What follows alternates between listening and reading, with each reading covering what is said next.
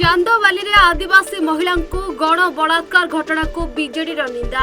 यह लज्जाजनक घटना रे बीजेपी समर्थकों हाथ थिबा अभियोग करी चांदवाली विधायक बेमुकेश राय सांबादिक सम्मेलन।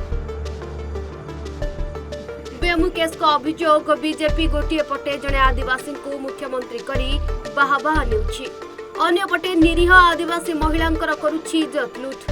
एथिसह ଏହି ମାମଲାରେ बीजेपी राज्य सभापति मनमोहन समर्थकों को पुलिस गिरफ करिबारु मनमोहन घटना को रफा दफा करने को पुलिस उपरे पकाउछन्ति चाप।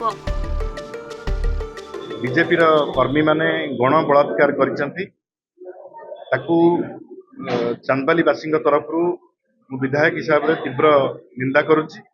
चांदबाली माटी रे एभली घटना आगुरी केबे घटी नथिला। बीजेपी रो कर्मी माने यही घटना रे 3 जन अरेस्ट होइचंती, फरवर्ड होइचंती एवं या पछरे अनेक षडयंत्र रहिछि।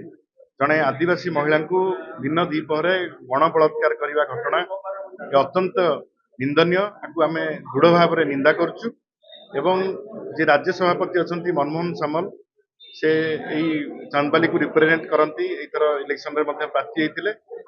से यही घटना को चापी देवा पई प्रशासन उपरे जो भली भाव में चाप पकाउचंती एवं यही घटना को जो आसामी माने थिले तांकू मुकुळेबा पई जो भली भाव में असाधु उद्यम करुचंती मु ताकू दृढ़ भाव में निंदा करुछि।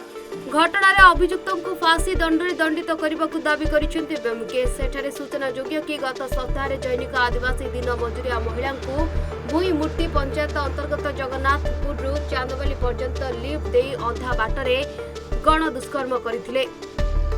गण दुष्कर्म आउ जड़े सामिल थे। भद्रक चांदबाली देवकांत